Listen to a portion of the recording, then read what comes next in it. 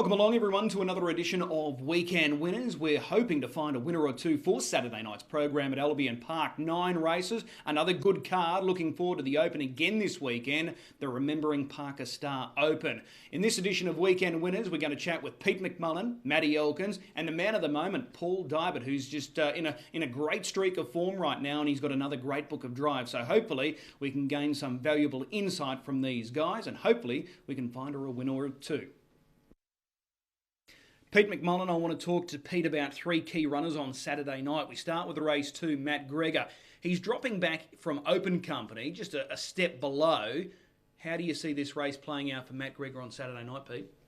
The draw probably makes it a little bit tricky because it's sort of hard to map out exactly where he's going to be. Obviously, Cruisy Dude's drawn 1. I thought he was a huge run last week.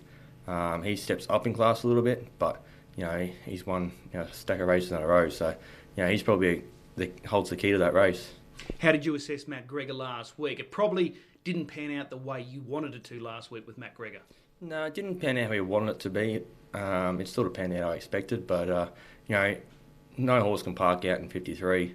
I was still pretty happy with his run. I thought he was very brave in defeat. Okay.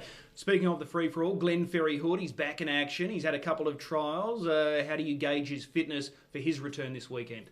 Yeah, his trials have been a few weeks ago now, so hopefully Wino's got him right for tomorrow night, which I'm sure he does because he's always had him pretty much spot on every time he's gone around. But yeah, very excited for his return. It's been a little while since we've been able to sit behind him in a race, so yeah, pretty excited to have the old boy back. He's got a stack of speed drawn to his inside. How does it play out in your mind? Sometimes Hoodie has a bit of a mind of his own, so we tend to just sort of see how he feels, and if he wants to go forward, sometimes I struggle getting him back. But ideally first up, it'd be nice if we weren't sort of doing all the work. So.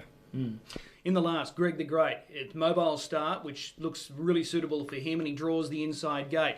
Can he take this? Yeah, definitely. He's a horse with plenty of ability. Obviously, he's got a few little misdemeanours, but his form of late's been absolutely excellent. And if he can have a good run there from the inside gate, he's going to be hard to beat. Is our over and over the horse to beat?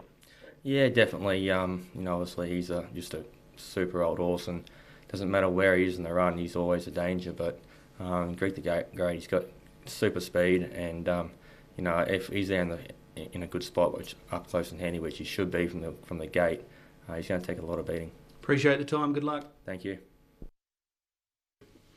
Man of the moment is Paul Dybert. No one's driving better in Queensland right now than this young man. He's got a key book of drives again on Saturday night. Paul, thanks for joining us. Italian Delight in race 2. This is a strong field, but his first up run was really good. Yeah, I think the trainer Grant likes him really well, and he should benefit from the first run that he had, and there'll be a bit of speed on. The one horse probably likely to lead. I'll just weigh it up as it comes, and hopefully I'm charging home late. All right, McCulloch in race 3. He finally comes up with a good barrier draw this prep. Can he make full use of it? Yeah, well, I think the one horse, Macy Jade, it's a bit rough gated, and Whiskey Blaze drawn beside me. I'll be having to go for the lead, and if I lead, I'll be pretty hard to roll.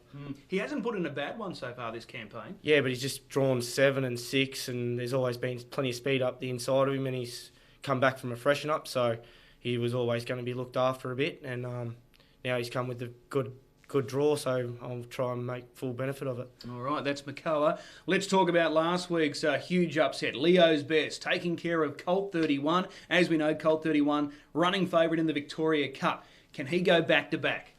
Oh, he's drawn out wider this week, so I don't know what the plans are, but it was good to win, and he had the good draw, and I was drawn inside all the speed horses, so where I think this week there's a couple of speed horses inside me, so it does make it a bit harder to get that forward position.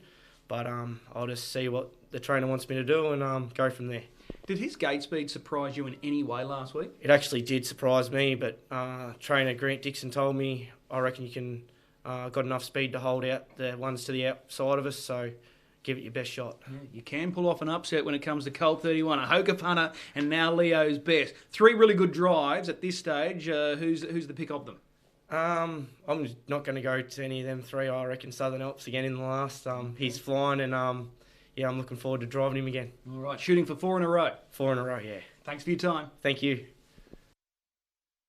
Maddy Elkins is joining us now. He's got some key drives on Saturday night, and we start with the opener, BG's Bandit. He's drawn gate 10. Maddy, he's really close to a win, and this is a race well within his reach on the weekend. Yeah, it's not overly strong. Once again, he's come up with an ordinary draw, but just see how he gets through today, and we'll see how we drive him on Saturday night there from 10. Okay, the shady one in race 2. He's facing a second row draw, and it's a pretty strong field. Cruisy Dude draws gate 1, the bus draw on the inside of the second row.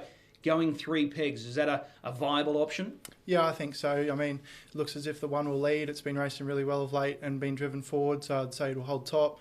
Good horse in the bus, drawn 8, so I'd say 3 fence looks likely for us, and in the horse race as well when he's on the fence. Yeah, absolutely. Jax Navarro, later in the program, comes up with the ace draw.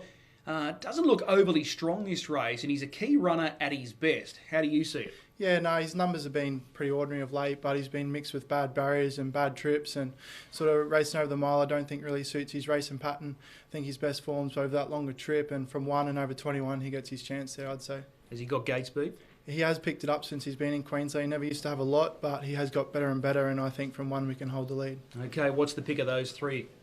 Jax Navarro, I'd say, just because that draw gets his chance from barrier 1. Good luck. Thank you.